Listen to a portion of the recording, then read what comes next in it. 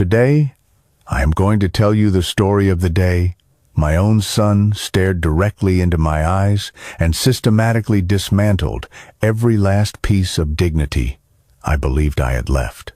It was after my wife's passing, a time when my heart was already fractured and vulnerable, that he looked at me with a sneer, as if I had been reduced to nothing more than an obstacle. His wife, Clara, stood right there beside him, a smirk playing on her lips, as if they were already counting the assets Eleanor and I had spent a lifetime building together. In that cold instant, I understood that grief was not the only tempest I would have to endure. But neither of them had any idea what was coming when the lawyer would finally unseal the will. Their boundless arrogance was about to curdle into sheer terror. The day we laid Eleanor to rest was suffocating. It wasn't the oppressive Texas sun beating down on the dark suits and formal dresses, but rather the immense pressure in my chest, a profound ache that no words could ever truly capture. For nearly 4 decades, Eleanor and I had constructed our lives, piece by piece, transaction by transaction, until we had become one of the most esteemed real estate families in all of Dallas. Our legacy consisted of $42 million in assets, a portfolio of properties, and a reputation that was meant to represent not just financial success, but the sweat, the tears, and the mutual sacrifices we had poured into our shared dream. And yet, as I stood there in our grand Westwood manor, with the polished oak coffin and rows of white lilies arranged perfectly across the marble floor, I felt a void more profound than any I had ever known. Guests milled about in every corner of our home. There were business associates, neighbors, and relatives I hadn't seen in years, all speaking in hushed, respectful tones, sipping wine and offering condolences that sounded hollow and rehearsed. To them, Eleanor was a matriarch, a titan whose vision had helped shape Dallas real estate. To me, she was my wife, my partner, my unwavering anchor, whenever the world felt unsteady. My son, Julian, however, did not seem to share my sense of loss. At 38, Julian had always presented a polished image to the world. He was undeniably charming, tall, with a voice that naturally commanded a room. In the business world, people mistook his confidence for competence, though I had long seen it for what it truly was, recklessness disguised as charisma. He had my wife's sharp intellect, but none of her patience. Standing at his side was Clara, his wife of a decade. At 35, she was elegant and witty, but she possessed an ambition that glinted like the edge of a blade every time she smiled. Throughout the service, she clung to Julian's arm, not in a display of shared grief, but with a quiet sense of triumph, as if her position by his side had finally elevated her to the role of the new queen of our empire. While I stood in a daze, silently accepting words of sympathy, they moved through the crowd as if they were the hosts of the event, shaking hands, offering composed smiles, and whispering about the future. It was a subtle takeover, but I noticed it, and I could tell from the raised eyebrows and sideways glances that others did too. A few looks seemed to ask, "Shouldn't this be Arthur's moment?" But no one dared to voice the question. Later that evening, as the sun finally dipped below the estate's gates and the last of the cars had departed, I found myself lingering in the main hall, surrounded by the scent of flowers that were already starting to wilt. A photograph of Eleanor rested on the mantel, her kind, familiar eyes seeming to watch over me. My heart made a silent promise.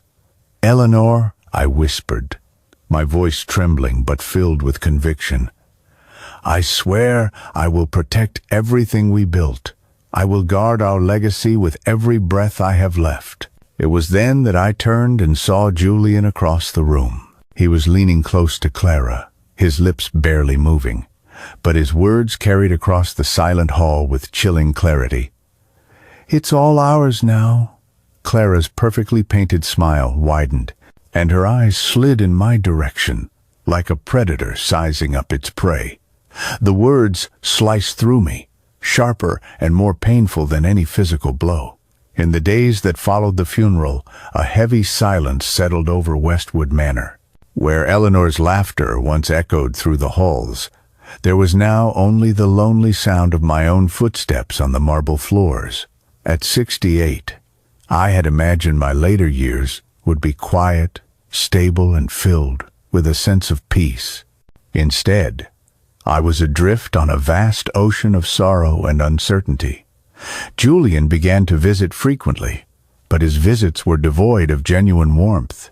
He spoke with a practiced gentleness, constantly offering to handle matters so that I wouldn't have to stress myself. Clara was always hovering nearby, her fingers brushing over important documents on my desk, her tone dripping with false concern, while her eyes scanned me for any sign of weakness.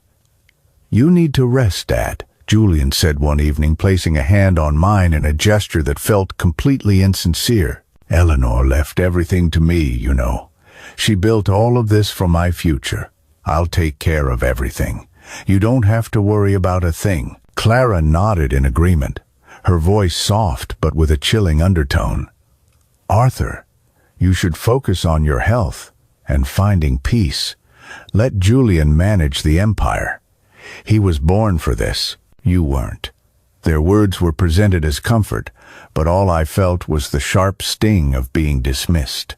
In their eyes, I was already a relic of the past, too frail and irrelevant to be of any consequence. But they were severely underestimating me. While grief had carved a hollow space inside me, it hadn't erased the man I was. I had built this life alongside Eleanor. I had stood by her side in every negotiation, handled contracts when her health began to fail, and sacrificed my own dreams and the prime years of my life to create the legacy that my son now claimed as his own. As I watched Julian puff out his chest with unearned pride and saw Clara smirking like a woman who had just won the ultimate prize, I knew one thing with absolute certainty. This was far from over. It was in that moment I understood that the story of Eleanor's will wouldn't be about what she left behind, but about what it would reveal when greed was finally unleashed.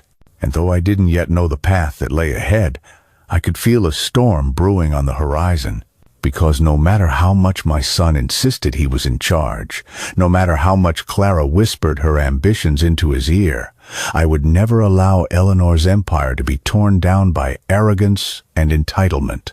That night, the mansion felt colder than ever before. The halls of Westwood Manor had never been so quiet before Eleanor passed, but now even the rhythmic ticking of the grandfather clock seemed to carry a somber, eerie weight.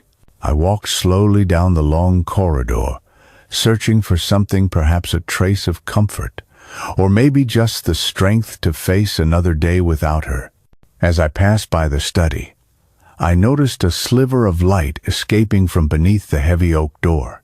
I paused, assuming Julian might be working late. But then I heard their voices. It wasn't just the sound, but the tone, his, low and mocking, and Clara's, as sharp and brittle as glass. I should have kept walking. I should have respected their privacy. But there was something in their tone, a cruel edge to their laughter, that rooted me to the spot. Clara's whisper was sly, curling like smoke under the door. "He's fragile now, Julian. You've seen how he is. One gentle push, and he'll lean right where you want him to. Just smile, hold his hand, play the part of the dutiful son. He'll sign any paper you put in front of him." There was a brief pause, and then I heard Julian chuckle. It wasn't the laugh of the little boy I once knew, the one who used to beg me to read him bedtime stories. This laugh was hard, filled with arrogance. "You're right," he muttered. "He's easy prey. His whole life, he's stood in Mom's shadow. He doesn't know the first thing about running this empire. The moment I tell him something is complicated, he'll just nod and hand over the pen. I felt my chest tighten, as if the very air had turned to iron. Clara's voice came again, steady and confident. We'll have the lawyers draft something simple, something that quietly shifts all control to you. He'll think it's just another routine document, and once his signature is on it, it's all ours. Every property, every last cent. He can have his garden club meetings and his old books, but the estate will belong to us. Julian gave another short, cold laugh.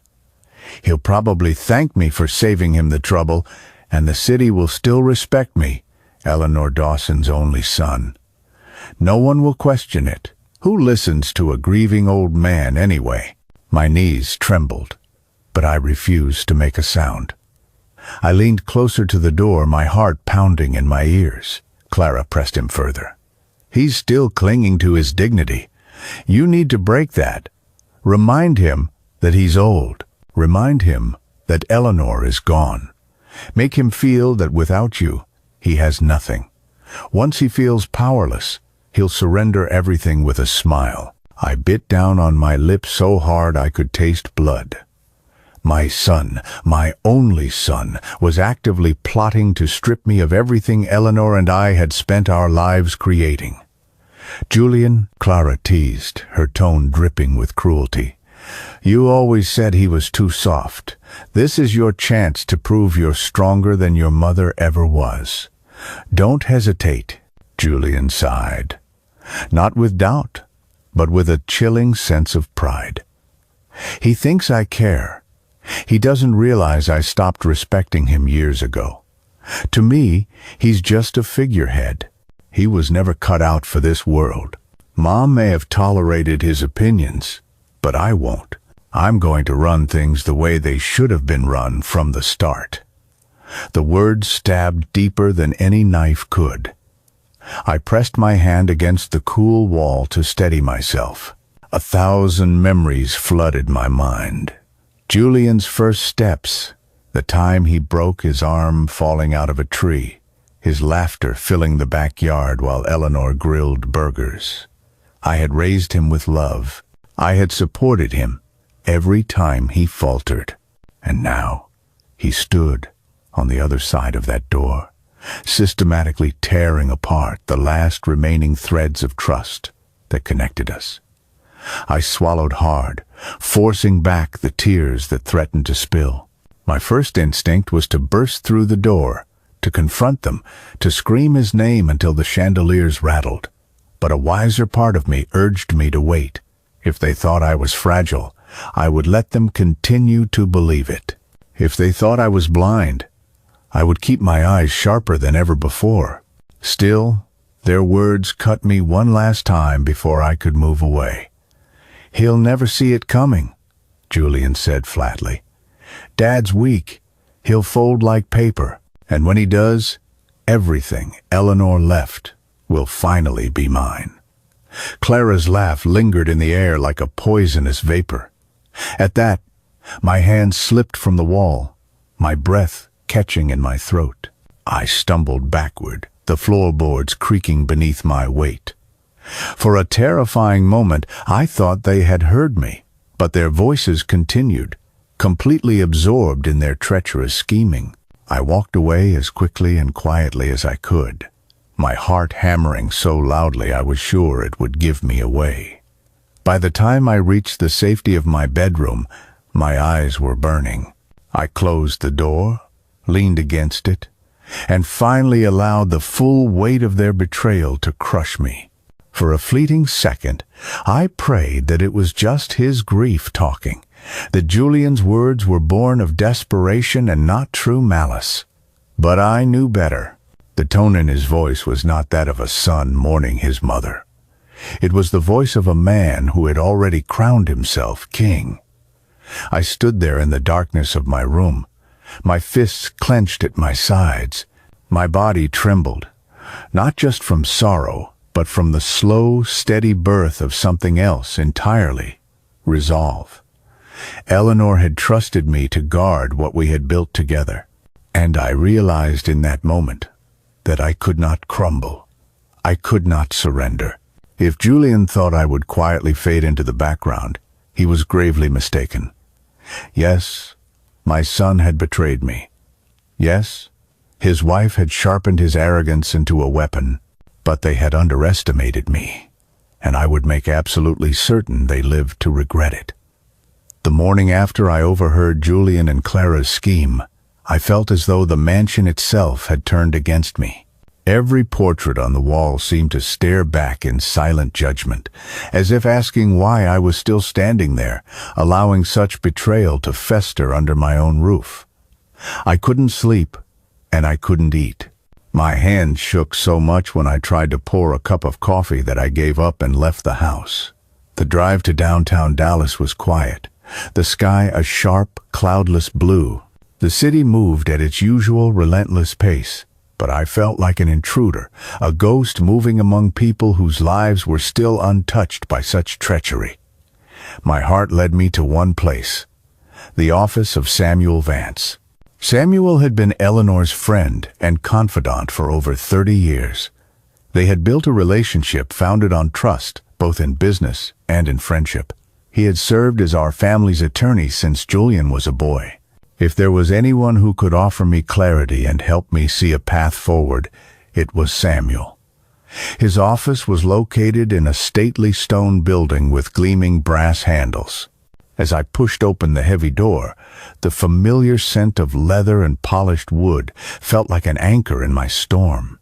His secretary, a kind-eyed woman in her 50s, recognized me immediately and ushered me straight into his office. Samuel stood from behind his large mahogany desk the moment he saw me. His hair had more silver in it now than brown, but he still had a solid, steady presence. He stepped forward and clasped my hands firmly in his. "Arthur," he said, his voice heavy with both grief and genuine affection. "I was going to call you today. I didn't want to disturb you so soon after Eleanor's passing." My throat tightened, but I managed to nod. "Samuel, I need to know. Did Eleanor leave anything behind? Something to explain what I'm supposed to do now?" For a moment, Samuel studied me with eyes that seemed to see right through me. Then he motioned for me to sit. His office was lined with floor-to-ceiling bookshelves, filled with law journals and photographs of his family. He lowered his voice. "Yes, Arthur," he said slowly. "Eleanor left a sealed will. She instructed me not to open it until a formal reading with the family present. But she also wrote me a letter, a private note, almost as if she anticipated this very moment." The words hit me like a physical blow. I leaned forward, gripping the arms of the chair. "She knew." Samuel nodded grimly. "Eleanor suspected that Julian might let greed cloud his judgment. She trusted that you would need guidance. She wanted to make sure you weren't blindsided." My stomach twisted into a knot, a strange mix of sorrow and pride surging through me. Sorrow that Eleanor had harbored such doubts about our own son, and pride that she had trusted me with the strength to see things through. "What did she say in the letter?" I whispered. Samuel opened a locked drawer and retrieved an envelope, its edges slightly yellowed with time. He handed it to me with care. "This is for you to keep, but I can tell you the essence of it. Eleanor wanted Julian to learn the meaning of responsibility the hard way.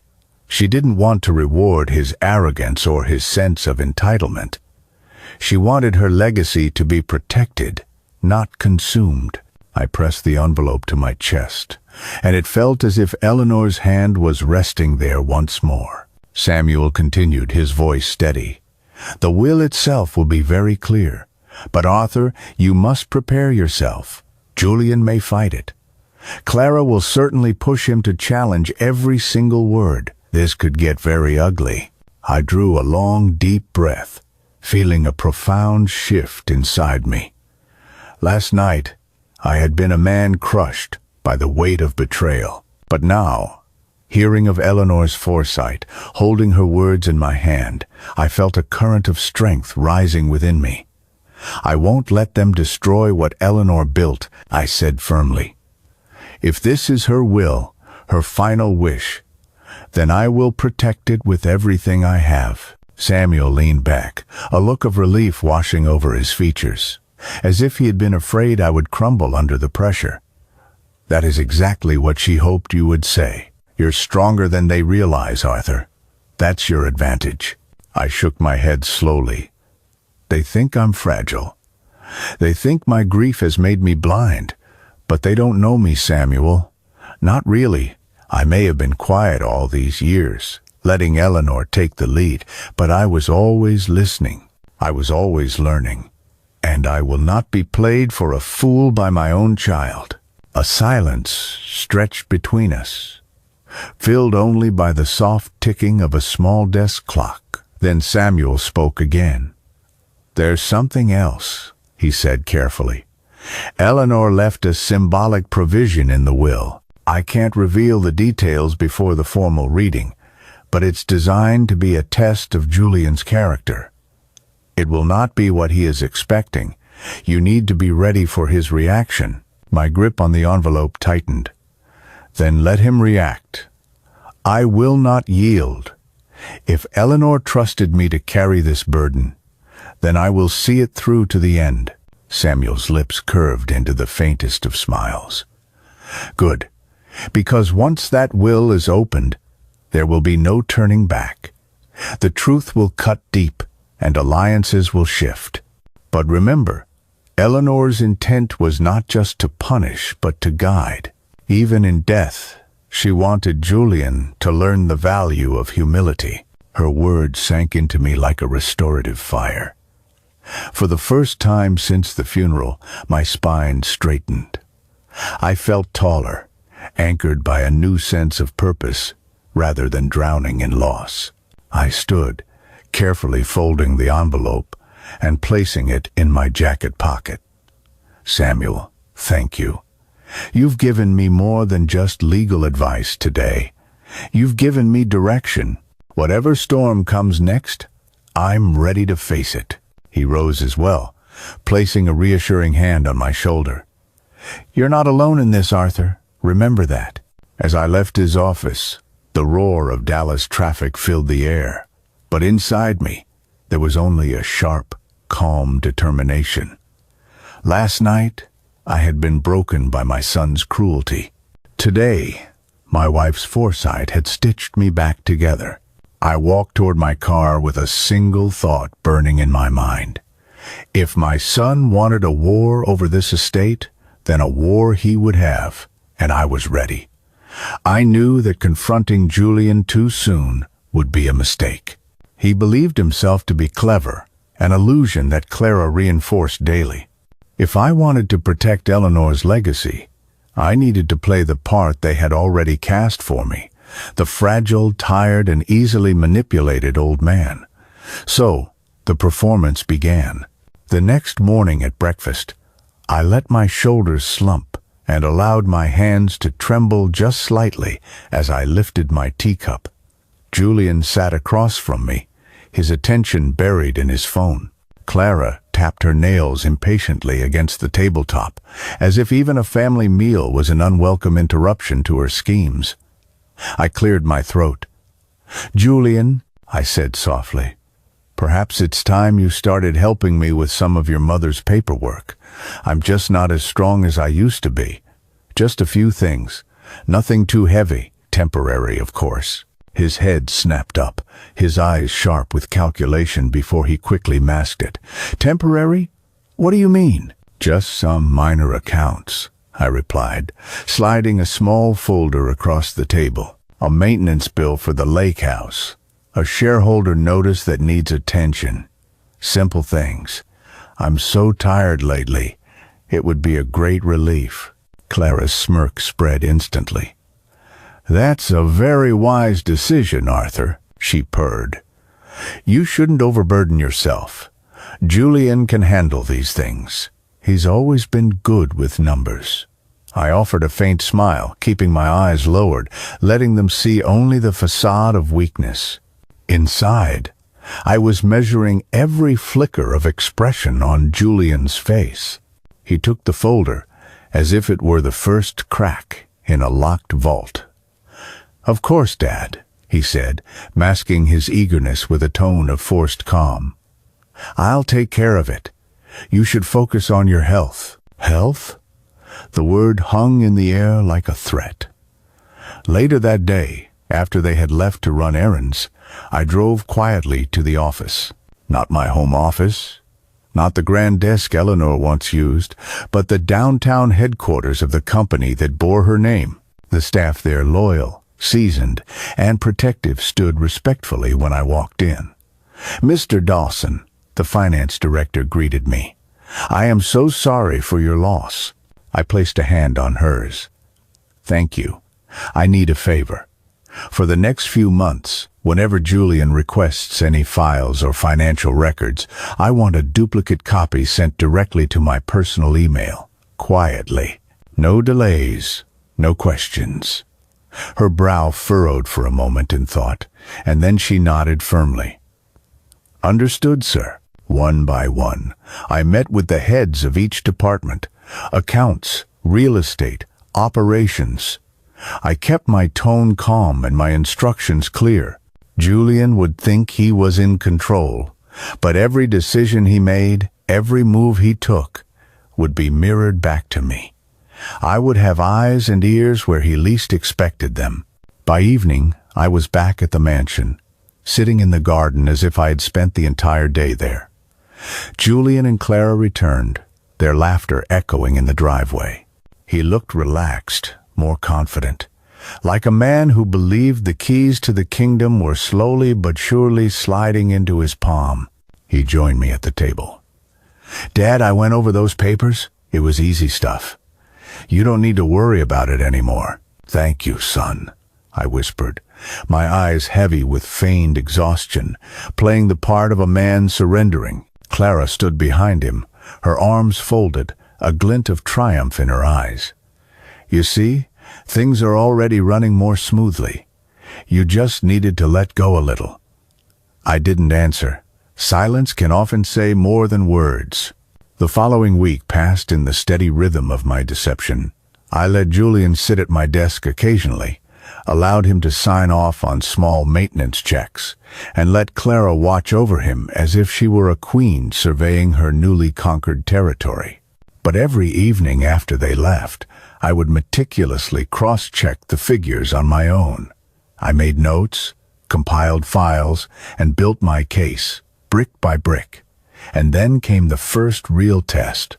One afternoon, I overheard Clara on the phone in the hallway. Her voice was low but sharp, like a blade cutting through silk. "Yes, the lake house," she said. "Prime spot. I can get a buyer lined up before the summer. Don't worry. Arthur won't resist. He barely knows what he's signing these days."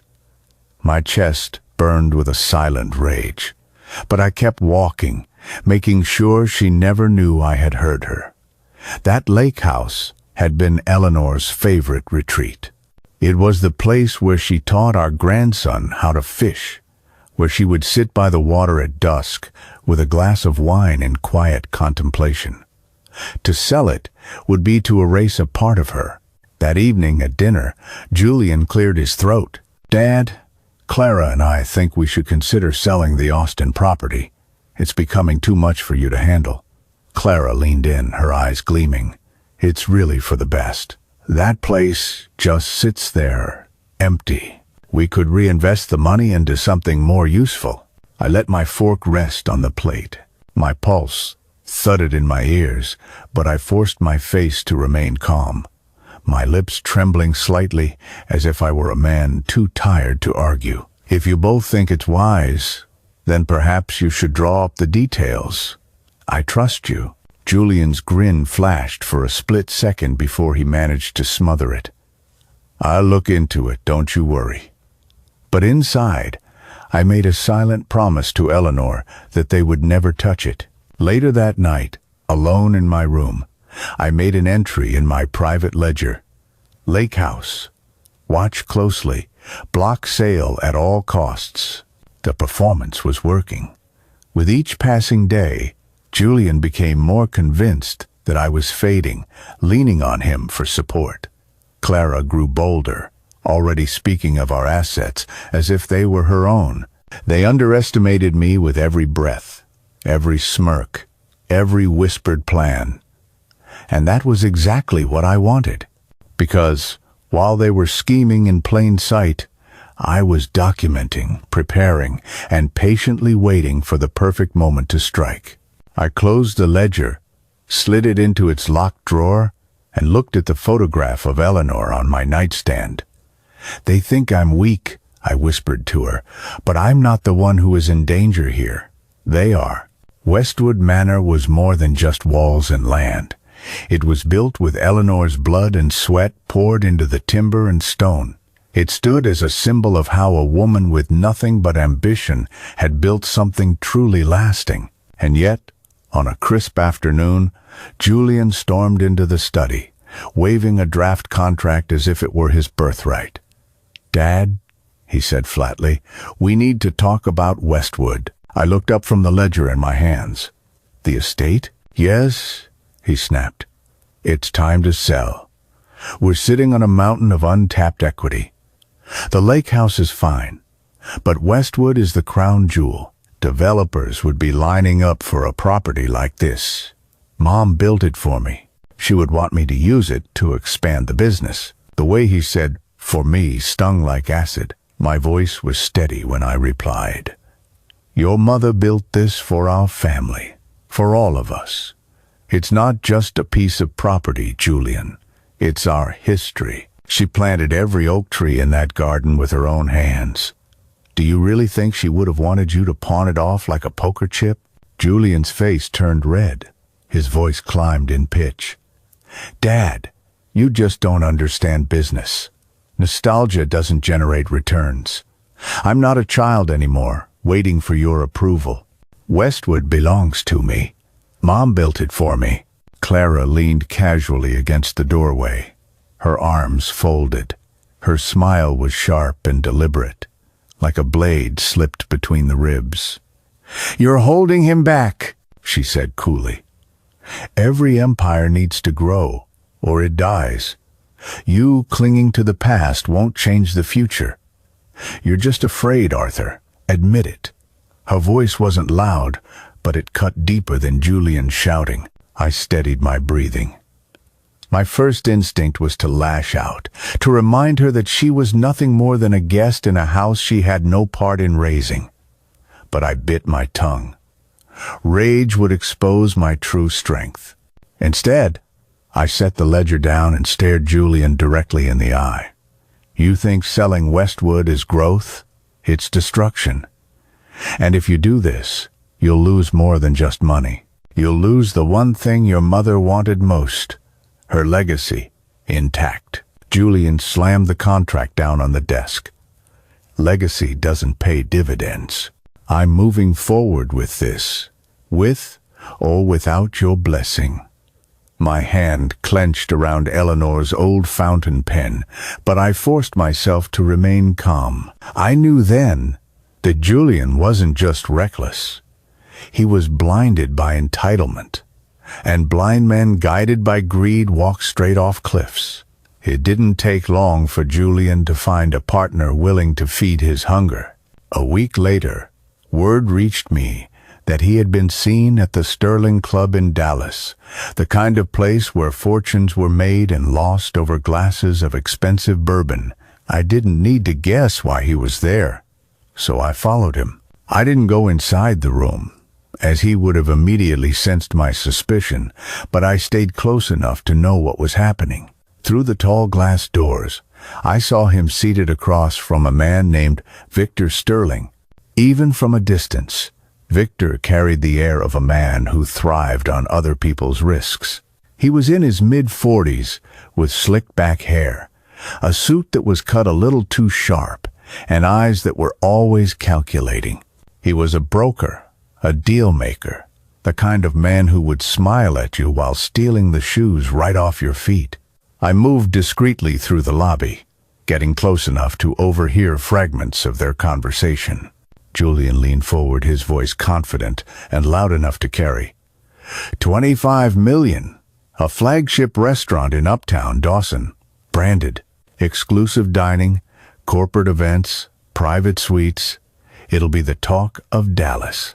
Victor swirled his drink, looking amused. And the capital? I can liquidate assets, Julian said. Westwood Manor is part of the company portfolio. And with your backing, the doors will open fast. We're talking double our returns in under 2 years. Victor's grin spread slowly across his face. Double? That's ambitious. Risky. But the Dawson name, it still carries weight. He tapped a finger against the table, savoring the calculation. All right. I'll vouch for you. I'll bring in the investors, smooth things over with the banks, and guarantee your credibility. In return, you deliver me a cut, 10% off the top. Done, Julian said instantly, almost too eagerly. I clenched the railing where I stood hidden in the shadows. Eleanor's name, her reputation, being traded away like cheap currency. Victor leaned closer, his tone dropping, but I still caught the edges of his words. But listen, kid, this only works if you're bold. No hesitation. You want to play in the big leagues, you have to be willing to burn the past. No more father. No more sentimental anchors. Is that clear? Julian straightened his shoulders, his chest puffed out as if he'd just been knighted. Clear. Moments later, Clara appeared at his side, draping her hand over his arm and flashing that same victorious smirk. She whispered something that made Victor laugh. The three of them then toasted, as if a kingdom had just been secured. I stepped back into the shadow of a column, my pulse hammering in my chest. In that moment, it was no longer about Julian simply stumbling. He was sprinting headlong into a pit, ready to sell Westwood, gut the company, and hand over Eleanor's honor to men like Victor, who saw legacy only as leverage. Driving home, I replayed their words, their gestures, every smug smile. By the time I reached the estate gates, I knew this was no longer a family dispute. It was war. Julian wasn't just risking money. He was risking our name, our foundation, everything Eleanor had sworn to protect. Inside the house, he passed me in the hall, his face lit with a reckless energy. "Big things are coming, Dad," he said. "Bigger than you could ever imagine. You'll thank me for it one day." I stopped him with a look. "Julian, remember this. Every empire that is built too fast collapses twice as hard." He just laughed, shaking his head. "That's your problem. You don't think big enough. Victor gets it. Clara gets it. You just don't." And then he walked away. Alone in the silence, I pressed my hand against the portrait of Eleanor on the wall.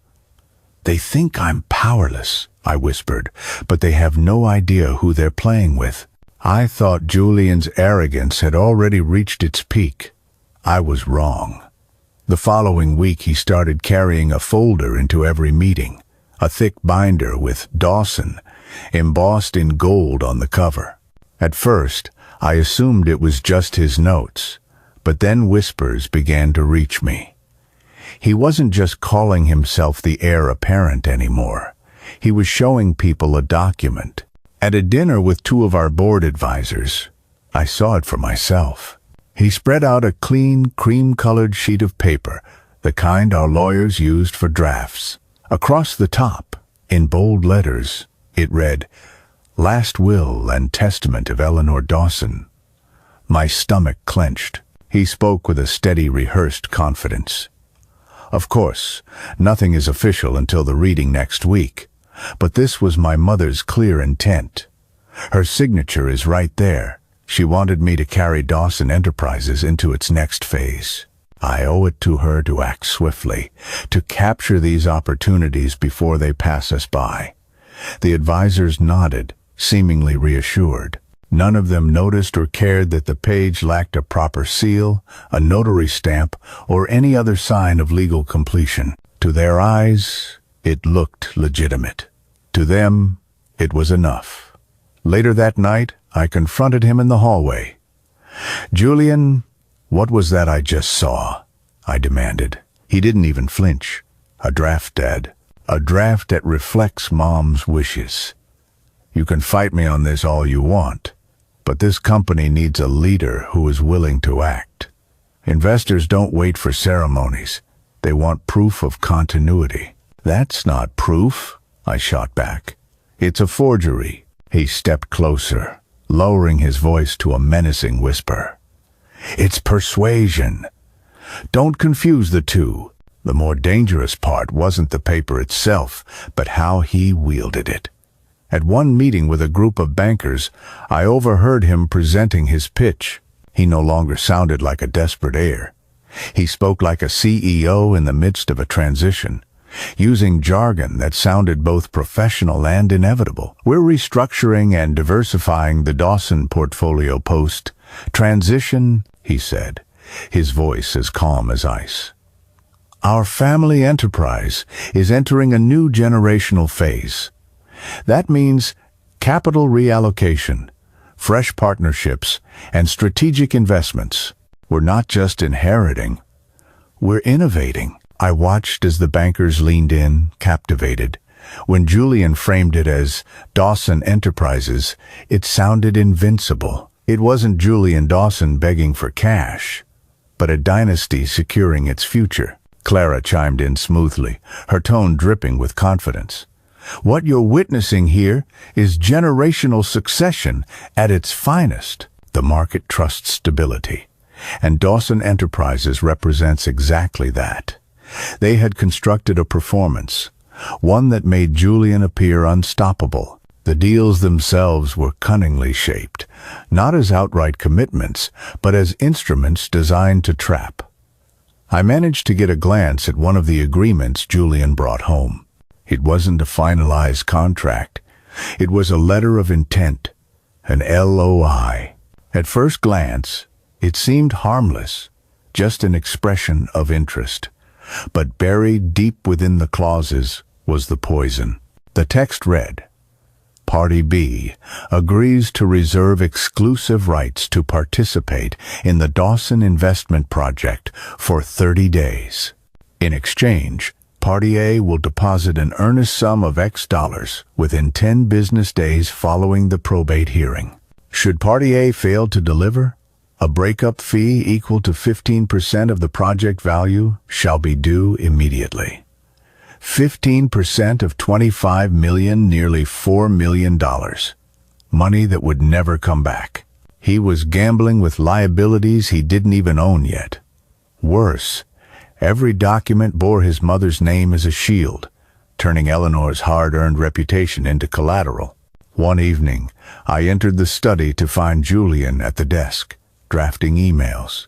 Clara was at his shoulder, scrolling through numbers on a tablet. "He needs reassurance," she said. "He wants to know the money will clear after probate." Julian replied, without a moment's hesitation. "Tell him the funds are as good as delivered. This is Dawson Enterprises. We don't default." I cut in from the doorway. "You mean you don't default? Yet?" They both looked up, startled. "You're walking a very thin line," I said. "Making promises with assets you don't control? Waving a draft will in people's faces as if it's gospel? Do you have any idea what will happen if one of them decides to sue?" Julian's jaw tightened. "Dad, don't undermine me in front of Clara. You keep living in fear, but I'm out here building something. Mom wouldn't have wanted hesitation. She would have wanted boldness." Clara added, almost sweetly, "He's right, Arthur. The world rewards decisiveness. You clinging to procedure only makes him look stronger by comparison." I stared at both of them, their arrogance feeding off each other, and I felt the weight of Eleanor's portrait looming over the room. Within days, rumors began to spread through the market. Dawson was restructuring, shifting into hospitality, leveraging assets for massive growth. Some believed it, others were skeptical, but everyone was talking. And behind those rumors, I knew, were Julian's staged documents and empty assurances. At a luncheon in Fort Worth, he stood at the head of a long oak table, with potential investors lining both sides. He held up the same draft will as if it were a banner. "My mother's final wish was for continuity," he declared. "She built this empire for me to take it forward. We're not waiting for bureaucracy. We're moving now. If you want in, you have 30 days of exclusivity to secure your place. After that, the door closes." The room murmured with excitement. One man asked, "And what if the funds are delayed?" Julian smiled, a rehearsed, flawless expression. "Dawson doesn't delay. We honor our commitments." That was the moment I realized he wasn't just bluffing anymore. He had started to believe his own lies. That night, I shut the door to Eleanor's study and sat in the silence. The faint scent of her old perfume still lingered on the shelves. Her books, her papers, the weight of her presence, everything pressed down on me. I reached for the box of letters she had left behind. My hand shook as I untied the string. Inside were envelopes, her handwriting firm and unyielding. I pulled one free and unfolded it under the dim light of the desk lamp. Her words cut through me like steel. "If Julian falls into greed, let him taste the consequences.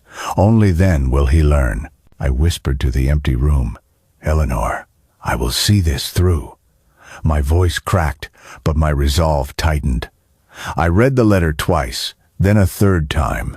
Each line was a testament to Eleanor's foresight, her deep understanding of our son's weakness. She had known, she had predicted this very spiral.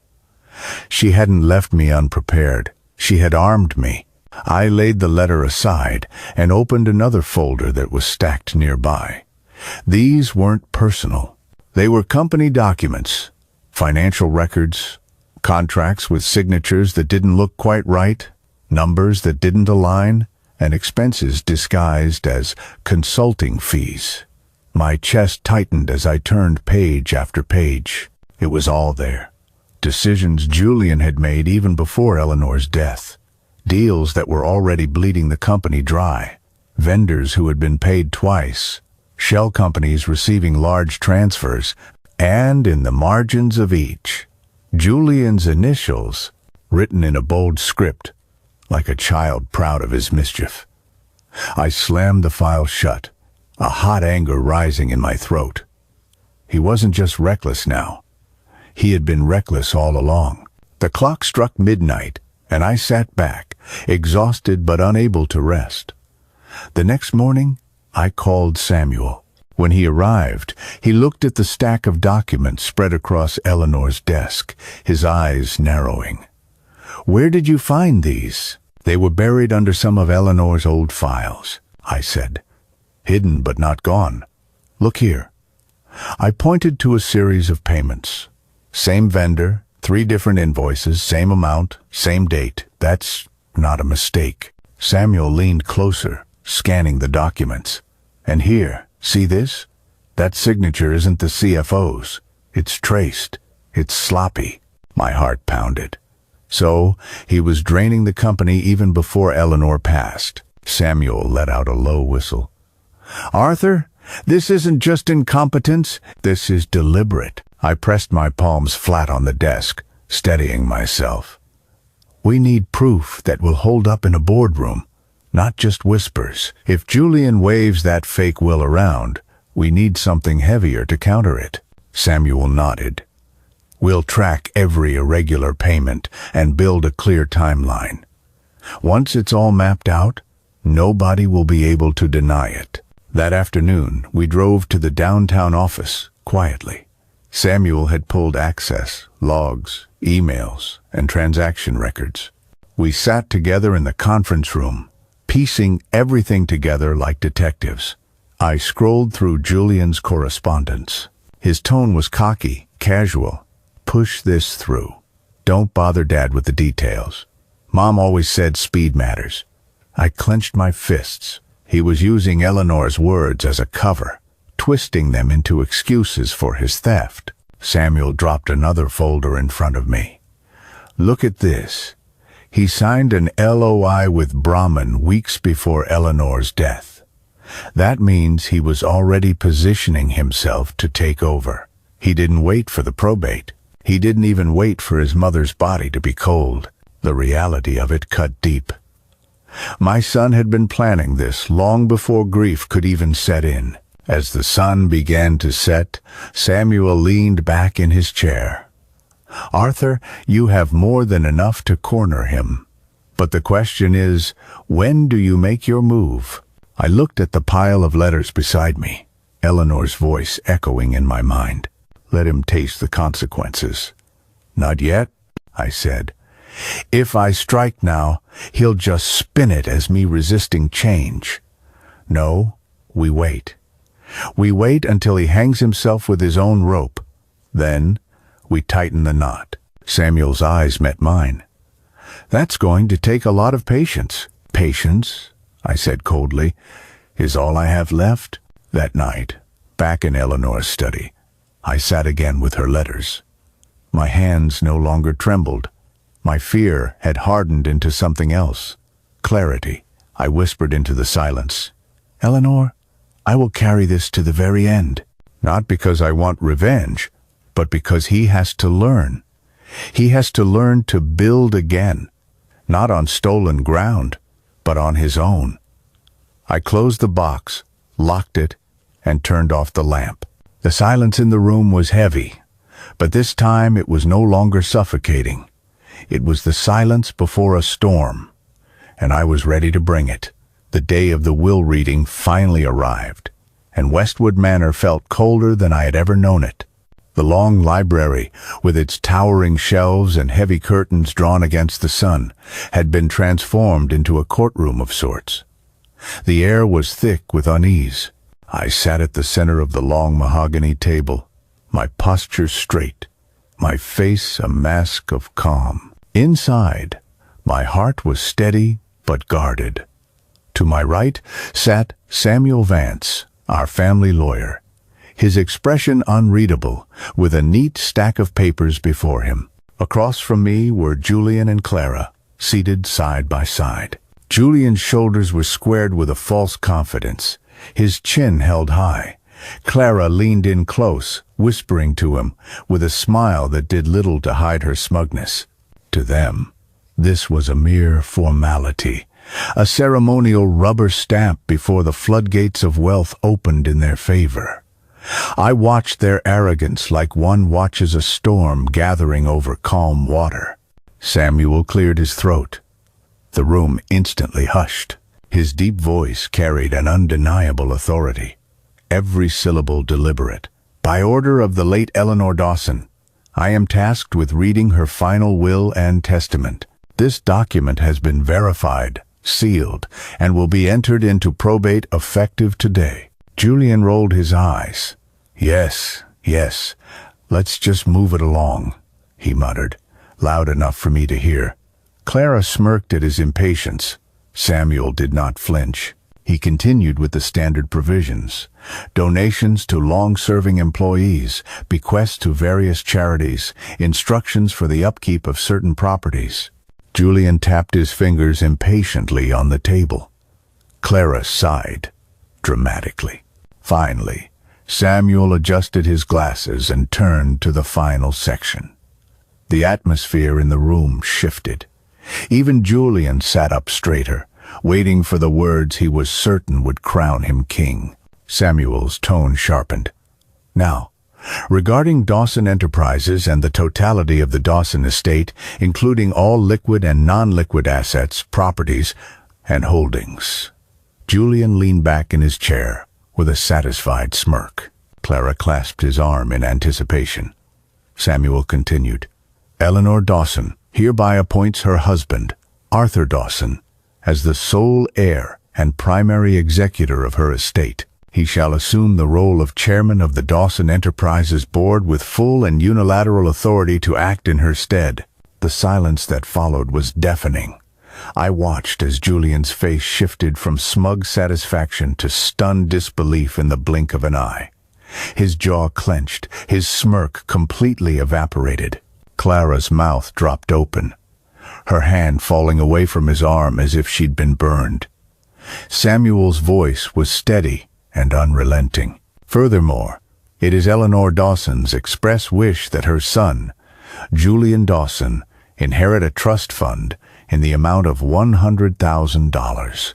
This fund is subject to several conditions, including demonstrable employment, personal financial responsibility, and abstention from misusing the Dawson Enterprises name for personal gain. The fund will be administered by Arthur Dawson at his sole discretion. The air in the room seemed to freeze.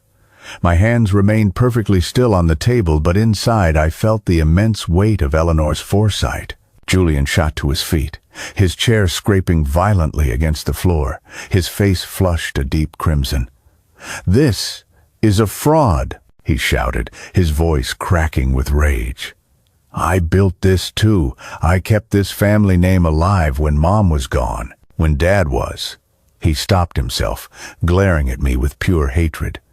"You can't expect me to believe she'd cut me off for a measly $100,000. This is my company, my inheritance." Clara's eyes welled with tears, but they were not tears of grief. They were tears of rage. "This is absurd. Eleanor loved Julian. She would never do this. She trusted him more than anyone." Samuel's reply was calm and surgical. Eleanor knew exactly what she was doing. She made these arrangements long before her illness worsened. This was her final test. She wanted to see if Julian would act responsibly and wait, or if he would let his greed consume him. Sadly, Julian, you have answered that question for her. Julian's fists clenched at his sides. "This is your doing, Father. You poisoned her against me. You filled her head with lies." I met his fury with silence at first, letting the weight of his own words hang in the air. Then I spoke, my voice sharp and steady.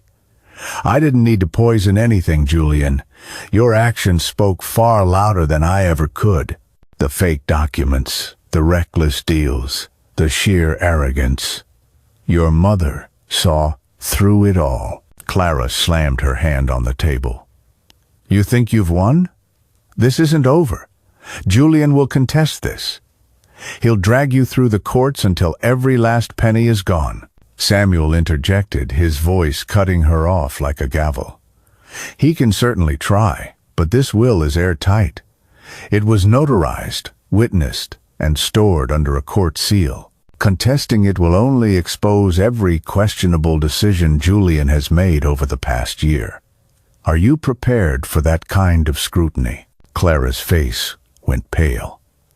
Julian looked away, his breath coming in shallow gasps, his chest heaving.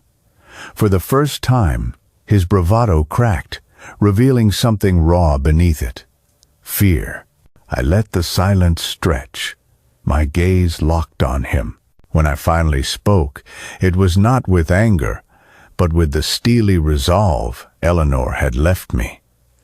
"Your mother wanted you to stand on your own 2 feet, Julian, not to live in her shadow, not to twist her legacy into your personal playground. She left you something, but she left you a lesson first.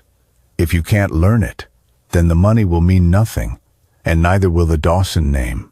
Julian dropped back into his chair, his head in his hands. Clara whispered frantically to him, but he didn't respond. His shoulders shook, not with sorrow, but with a rage he could no longer unleash. Samuel closed the will, sliding the documents back into their envelope. "The reading is concluded. Arthur, as executor, all further proceedings are under your authority." I nodded once. "Thank you, Samuel." I rose slowly, my movements steady, while Julian and Clara remained frozen in a state of disbelief.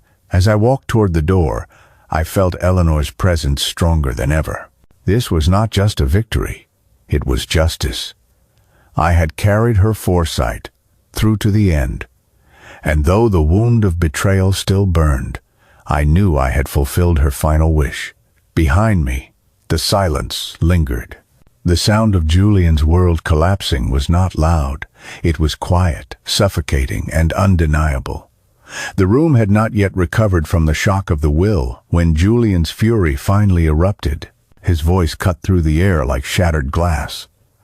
"This is fake!" he shouted, slamming his hand on the table so hard the papers trembled. "You manipulated her, Father? You twisted everything? You think you can just steal what belongs to me?" I remained silent.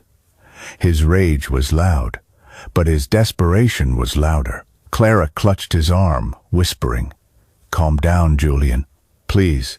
But he shook her off violently. "You wanted this, didn't you?" he hissed, pointing an accusatory finger at me.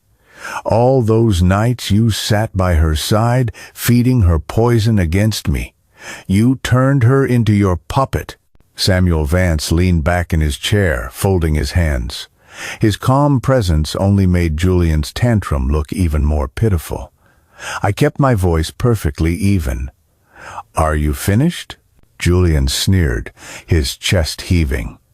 "Not even close." He reached into his briefcase and pulled out a thick stack of papers bound with a red clip. His hand trembled, not from weakness, but from an eagerness to strike.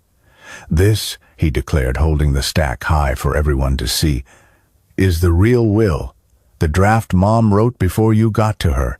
This is what she truly wanted." Clara's eyes lit up with a renewed sense of hope. "Yes, Julian, show them. Show them the truth." I did not move.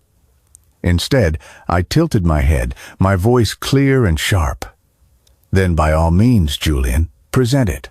The doors to the library opened. At my signal, several members of the Dawson Enterprises board entered, followed by a group of key investors. Their faces were tight, their eyes scanning the tense scene. Julian stiffened as he realized his audience had just multiplied. I spoke with a deliberate calm. "Gentlemen, ladies, thank you for joining us. Julian insists he holds proof of Eleanor's true intentions. I thought you might like to hear it directly from him." Julian's face flickered with confusion, but his pride overrode his caution. He thrust the stack of papers forward. "This document shows that my mother never intended to hand everything over to him. She meant for me to run the company. She knew I was the only one capable." Gasps rippled through the room. The investors leaned in, whispering to one another. I kept my gaze locked on Julian.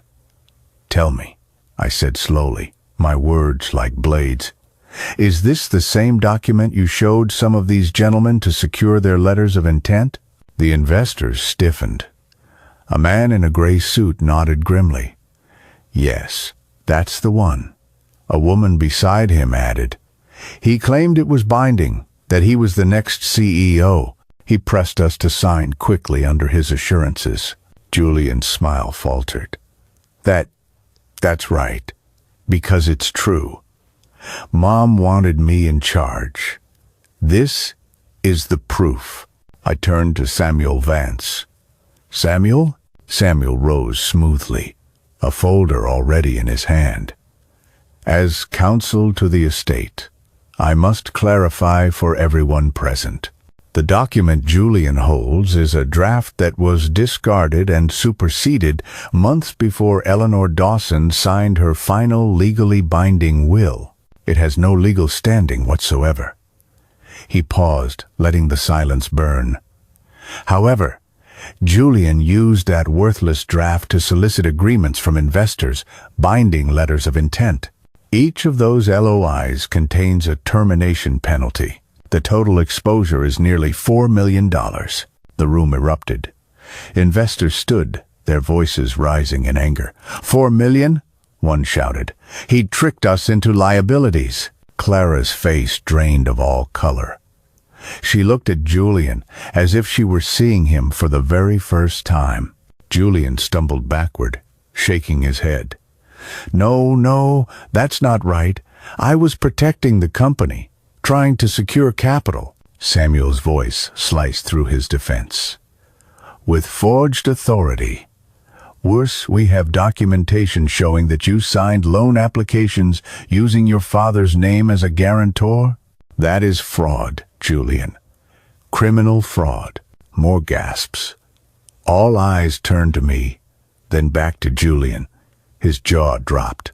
He looked cornered, like an animal that has just realized the cage has been locked from the outside. "She's lying. You're all lying. This is all a setup." I rose from my chair, my movement slow and deliberate. My voice was low, steady, and final. "Julian, your mother's will didn't strip you of your power. You did that to yourself. You didn't inherit a company. You manufactured a debt. You didn't protect her legacy. You endangered it. And now you stand here exposed, not as a leader, but as a liability," Clara whispered almost in a trance. "You told me. You said everything was guaranteed. You said your mother had already signed." Julian turned to her, panic flashing in his eyes. "Clara, listen, But she pulled away from him, shaking her head violently. Her tears now were not for him. They were for herself, for the ruin he had dragged her into. The board members rose, their angry voices flooding the room. "Unacceptable. We trusted you. This is malpractice." Samuel raised his hand, commanding order. "I advise everyone to remain calm. Mr. Dawson will assume the chairmanship as stipulated. We will work through this together. But let there be no doubt. Julian Dawson's actions have placed this company at significant risk. This will be addressed fully in due course." The anger in the room only intensified, but their focus was no longer on me. It was squarely on Julian. I watched him shrink in his seat, his shoulders collapsing under the weight of his humiliation. His arrogance had evaporated, leaving behind only the hollow shell of a man who had gambled everything and lost it all. Clara's eyes hardened. She no longer looked like a partner, but an accuser. I leaned forward, my final words as sharp as steel. "You wanted to prove yourself, Julian, and you did. You proved to everyone in this room that greed, deception, and recklessness are your true inheritance, not Dawson Enterprises." The silence that followed was absolute. The board's anger, Clara's shock, Samuel's authority. It all pressed down on him, until he could no longer even lift his head. The trap had closed, and it hadn't been set by me alone. It had been set by Eleanor, by every selfish choice Julian had made, and by every lie he had told. When I finally stood to leave, I didn't look back. I didn't need to. The sound of chairs scraping, investors demanding answers, and Clara's sharp voice cutting at Julian, those noises told the whole story. He had wanted power.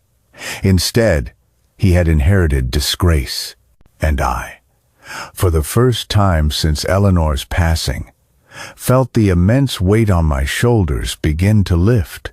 When the heavy oak doors finally closed behind the last of the guests, a profound silence fell over the grand room. The long mahogany table still bore the scattered documents from the reading, but the air had shifted. There were no more lawyers, no investors, no audience, just me and my son.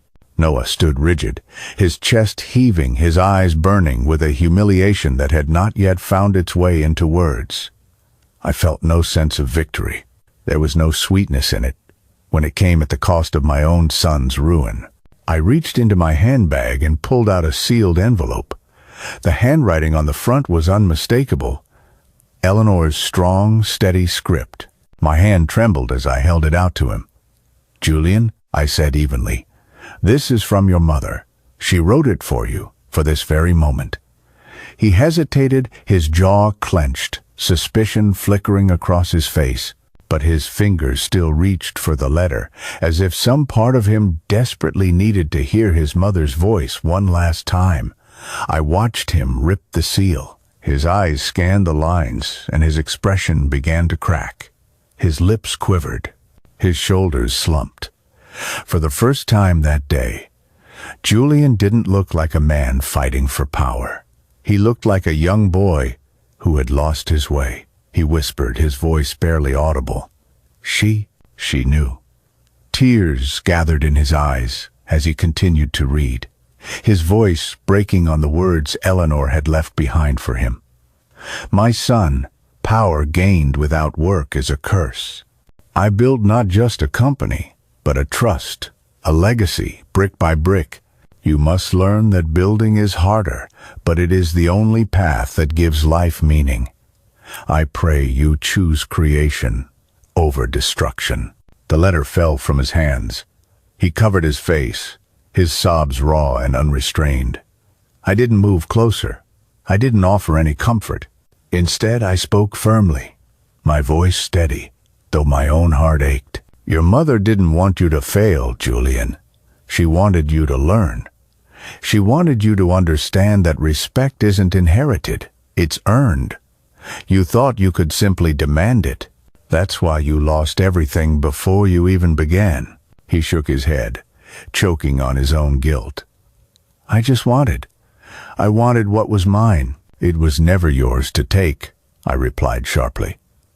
"It was yours to earn, if only you had possessed the patience. But you let greed blind you, and greed always has a cost." For a long moment, there was nothing but the sound of his broken breathing and the ticking of the old clock on the wall. The next morning came with a sharp knock at the front gates. I was in the sitting room when the sound echoed through the house. My heart sank, even before I saw the uniforms. The police. 2 officers entered, their faces grim. Behind them, Samuel Vance stood silent, holding a folder. "Julian Dawson," the taller officer announced, "you are under investigation for forgery and fraud." Julian stumbled backward, disbelief flooding his face. "What? No. This isn't happening. You can't." But then Victor Sterling, his so-called ally, was led in handcuffs through the doorway. His head was hung low. "I told them everything, Julian," he said, his voice a hoarse whisper. "About the fake documents, about how you used your father's name to secure the loans. I couldn't take the heat alone." The color drained from Julian's face. "You betrayed me." Victor didn't even look at him. He just whispered, "You betrayed yourself." The officers read Julian his rights. He shouted, he cursed, he tried to argue, but it was useless. The evidence was all there, laid out in black and white. The law is not swayed by anger or denial. I sat on the edge of the sofa, my hands gripping the fabric so tightly, my knuckles turned white. My son, my own flesh and blood, being taken away in disgrace. Tears welled in my eyes, but I forced them back. This wasn't about pity. This was about justice. As they escorted him out, Julian turned one last time, a desperate look flashing across his face. "Father, please, say something. You can stop this." I stood, but my words were cold and unshaken. "Julian, I warned you. Your mother warned you. We both wanted you to stand on your own, not to drag everyone else down with you. I will not shield you from the consequences of your own choices." His eyes widened, and for a heartbeat he looked like the frightened child who once ran to me for protection. But the moment passed, and the officers pulled him through the doorway. The house fell silent again. I sat back down, my body heavy, my chest tight. My tears finally spilled, quiet and uncontrollable. They were not tears of triumph. They were the tears of a father who had done everything he could and still had to watch his son fall. I whispered to the empty room, to Eleanor's memory. "I didn't want this. I wanted him to change. But perhaps this is the only way." The world outside moved on. The investors regrouped. The company stabilized. Life continued. But for me, time seemed to slow down. I thought of Julian's last look, torn between rage and despair. I thought of Eleanor's words in the letter, words meant to guide a son who had chosen the wrong road. Justice had spoken, not through my hands, but through Julian's own mistakes. The punishment was not mine to deliver. It was the world's, the law's, and ultimately his own doing. I sat there in silence, my tears blurring the morning light that poured through the tall windows. There was no gloating in me, no sense of victory, only the solemn weight of truth. A family broken by greed, a legacy nearly destroyed, and a father left to carry the weight of both grief and strength. But even in the quiet, I knew this. Eleanor's lesson had been delivered. Perhaps not in the way I had hoped, but in the way it had to be. The courtroom in Dallas was cold that morning, the kind of sterile cold that stripped people of all pretense. The flags hung still, and the judge's gavel rested on the bench like a weapon waiting to strike. I sat at the back of the room, quiet, my hands folded in my lap. This was no longer my battle. Justice had its own stage now. Noah stood before the judge, no longer wearing the tailored suits that once made him look so untouchable. His face was pale, his eyes restless. He looked smaller, almost shrunken inside his own skin. The judge's voice was sharp and unyielding. Mr. Julian Dawson, the court has reviewed the evidence presented. Your actions constitute forgery, misrepresentation, and financial fraud. The damage you have caused to your investors and to the estate cannot be ignored. Julian's attorney tried to soften the blow, speaking of his youth, of poor judgment, of the immense pressure of expectations. But it didn't matter. The truth was clear. The verdict came down like the crack of a whip. There were heavy fines running into the millions, enough to strip away the illusion of wealth he had clung to so tightly. There was mandatory restitution, forcing him to repay every cent of the misused funds. There was a permanent stain on his reputation, as he was blacklisted from ever holding an executive position in any registered corporation. And then came the words that silenced even the whispers in the room. You will no longer be recognized as a lawful trustee of the Dawson estate. The trust shall remain under the protection of its rightful guardianship. Julian staggered as though he had been physically struck. His lips parted, but no words came out. Clara was there, sitting 2 rows in front of me. Throughout the trial, she had maintained her usual mask of poise, but I could see the cracks forming. When the sentence was read, she didn't reach for Julian's hand. She didn't even look at him. She simply stood, her heels echoing against the tile floor, and walked out of the courtroom without a single word. The sound of the door closing behind her was louder than the judge's gavel. Julian turned, desperation flashing across his face. "Clara, wait!" But she didn't. She never looked back. The courtroom emptied slowly. Reporters scribbled in their notebooks. Investors muttered amongst themselves, and strangers avoided Noah's eyes as if his disgrace might be contagious. I remained seated until the crowd had thinned. When I finally approached him, he was slumped on the bench, his tie loosened, his hands shaking. "Father," he whispered, his voice raw. "They've ruined me." I met his eyes, my gaze steady and unflinching. "No, Julian, you ruined yourself. They only held up the mirror." He shook his head, his breath shallow. "Clara's gone. The company's gone. My name. Everything." His voice cracked. "What am I supposed to do now?" I didn't answer. Some questions have no comfort, only truth. The weeks that followed were merciless. The press had a feast. Headlines painted him as the prodigal son turned criminal. Photographs showed him leaving the courthouse, his shoulders bent, surrounded by a swarm of flashing cameras. Business journals stripped away his former title of heir apparent, replacing it with fraudster, disgraced, fallen. The investors he had once charmed now spoke his name with contempt. Invitations dried up. Friends vanished. Even old acquaintances would cross the street to avoid him, fearful of association. I heard whispers from mutual contacts that Clara had filed for separation. She had moved to New York, reclaiming her maiden name. She sold all the jewelry he had given her, moved into a high-rise apartment downtown, and never mentioned him again. For Julian, the punishment was not just financial. It was a complete social exile. One afternoon, months later, I saw him again. Not in a courtroom, not surrounded by lawyers or police officers, but at a small coffee shop on the edge of town. I had gone there to meet a friend. Through the window, I spotted him alone at a corner table, hunched over a laptop. His clothes were simple, his face gaunt. He looked nothing like the man who had once strutted into boardrooms with such arrogance.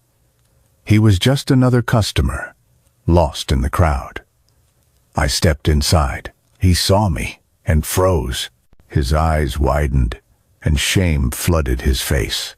I walked to his table, my footsteps measured. Julian. He lowered his gaze. "Father, I didn't think you'd ever want to see me again." "I didn't come here for you," I said truthfully. Then, after a pause, I sat down across from him. "But now that I'm here, I will say this. You're still breathing. That means you still have choices." He swallowed hard, his voice barely above a whisper. "I've lost everything. I'm nothing now." I leaned in, my words sharp, but not cruel. "You were nothing when you thought everything belonged to you. Now, stripped of it all, maybe you finally have the chance to become something real." He blinked rapidly, struggling to hold back tears. "I don't even know where to start." "You start where everyone else starts," I told him. "From the bottom. You always wanted to be a builder. Go and build something. Not with stolen trust or a borrowed name, but with your own two hands. One day, brick by brick, if you have the strength." For a long time he said nothing. His jaw tightened and his shoulders straightened just slightly. There was no sudden redemption, no grand promise, just a faint nod, as if some corner of him had finally heard what had always been spoken to him. In the months that followed, I heard fragments of his new life. He had rented a modest apartment, sold the last of his luxury possessions, and started working with a small logistics firm, not as a director, but as an assistant. He carried boxes, filed papers, and drove deliveries. They were menial tasks for someone who had once demanded obedience from everyone around him. But for the first time in his life, the work was honest. Neighbors told me that he often kept to himself. There were no more lavish parties, no more extravagant gestures. Some evenings, he would sit outside his building with nothing but a notebook, scribbling furiously as if trying to map out a future that no one could simply hand to him. And though he never came to me for help, I sensed that he was finally beginning to understand what Eleanor had wanted him to learn: the value of building over taking. As for me, I didn't watch his struggle with bitterness or glee. I carried my own burden. A father's heart never stops aching, even when justice is served. But I also carried the truth. Punishment, though harsh, had carved away the illusions. The judge had spoken. The law had stripped him of his power. Clara had walked away, and society had turned its back on him. Now, it was up to Julian to face the hardest sentence of all. Life itself, without the safety net he had once believed was unshakable. I closed my eyes one evening, Eleanor's words echoing in my memory. "Power gained without work is a curse." For the first time, I believed that Julian might finally be learning that lesson. 3 years had passed. Time didn't heal everything, but it forced change, whether we wanted it to or not. I sometimes found myself driving past the edge of Dallas, to where the city gave way to quieter, more industrial neighborhoods. There, tucked between a laundromat and a hardware store, was a modest office with a faded sign that read, "Dawson Logistics Services." The letters weren't polished gold like the old corporate logos Julian once demanded. They were painted by hand, chipped at the edges, but they were still standing. I walked in once, unannounced. The office smelled of coffee, paper, and sweat. Inside, Julian sat at a desk that barely fit the small room. His shirt sleeves were rolled up, his tie was cheap, and his hands were roughened from long hours of work. He wasn't barking orders into a phone or surrounded by assistants. He was scribbling numbers in a ledger, his brow furrowed in concentration. When he noticed me standing there, he froze. For a moment, I saw the old instinct, that flash of pride that had once made him so unbearable, but it didn't last. His shoulders dropped. He stood quietly, like a man who had finally accepted his reality. "Father," he said, his voice steady but tired. I nodded. "You're working." "Yes." His answer was short, almost clipped, but then he added, "It's not much. Deliveries, paperwork, invoices, but it's mine, and I'm learning." His tone wasn't defensive. It was different, measured, grounded. He no longer spoke to impress. He spoke because the words were simply true. I didn't praise him. He didn't need my applause. He just needed to keep going. My grandson, Leo, had grown fast. He was 14 now, taller, his voice deepening, but his eyes were still bright with youthful energy.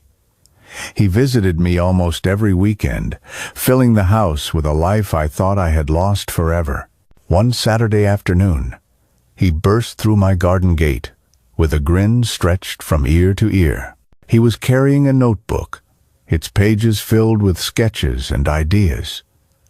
"Grandpa," he said breathlessly, dropping down beside me on the bench, "one day, I'm going to build a company. A real one, bigger than Dad ever even dreamed of. But I'm not going to do it the wrong way. I'll build something that makes you proud." His words were sharp and ambitious, but his eyes carried a sincere conviction. I placed my hand on his. "Do it with honesty, Leo. That's the only way it lasts." He nodded fiercely, as if we were sealing a pact. I sometimes wondered if Julian had ever heard his son speak that way. If he had, maybe it hurt. Maybe it healed. Maybe both. Life didn't erase Julian's mistakes. Dallas society had a long memory. Doors remained closed to him. Invitations were lost in the wind. When his name appeared in news articles, it was still followed by words like disgraced or convicted. But slowly, he was carving out a small corner of respect for himself. Not fame, not wealth, but the kind of respect that comes from showing up every day, doing the work no one else wants to do, and not running away from your past. I would hear whispers from people in town. "He's stubborn. He works late. He doesn't cheat anymore." That anymore was a constant reminder of his wound, but it was also a testament to his change. Sometimes, Leo would tell me about visiting his father's office. "He doesn't talk much, Grandpa," he said once, "but he listens now. He asked me questions about school. He even packed me a lunch last week." Those words cut me deeper than any verdict ever could. It meant that Eleanor's letter had not been wasted. Some part of Julian was still alive, still capable of learning, even if it took complete ruin to reach it. But I didn't fool myself. Forgiveness was not a simple thing. A father's heart can bend, but it doesn't break. Yet, it remembers every single scar. I hadn't forgotten the humiliation, the betrayal, the cruelty he had once shown me. I never would. One evening, Julian came to the house. He stood on the doorstep like a guest instead of a son. His face was leaner, his hair streaked with gray, though he was still young enough to fight it. I wanted to say. He paused, struggling for the words. Words had always come so easily to him when he was lying, but the truth seemed to slow him down. "I can't undo what I did. I know that. But I'm trying not to waste what's left. I held his gaze. That's between you and your conscience, Julian. Not me. He nodded. I understand. He didn't ask for forgiveness. He didn't beg. He simply accepted the weight of his actions. And that, in its own way, was a form of growth. 3 years had taught me something Eleanor always knew. Punishment doesn't end in a courtroom. It lives on in the choices one makes afterward. Every time Julian walked into that small, cramped office, he carried his punishment with him. Every time Clara's absence followed him home at night, he felt it. Every headline that still referred to him as a fraud was a constant reminder.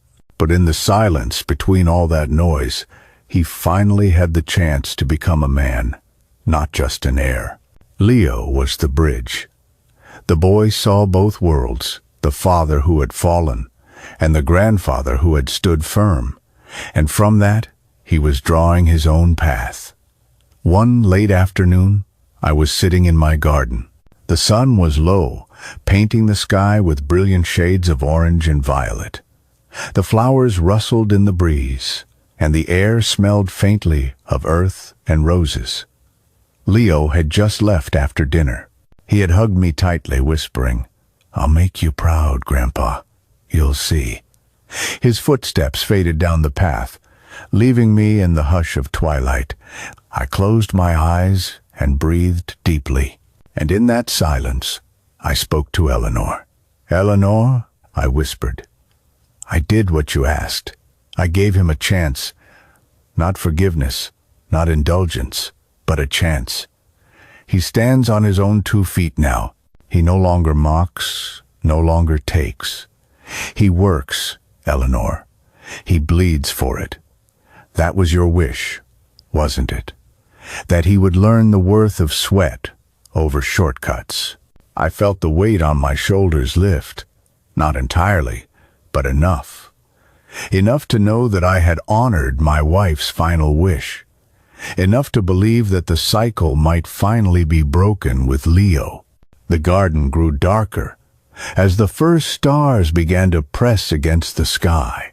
I sat there, alone but not lonely, my hands folded in my lap. And for the first time in years, I allowed myself to hope. Justice had been served. Consequences had been paid. And even in the midst of ruin, the seed of change could grow. A grandfather, scarred but unbroken, had kept his promise to his wife, to himself, and to the family name.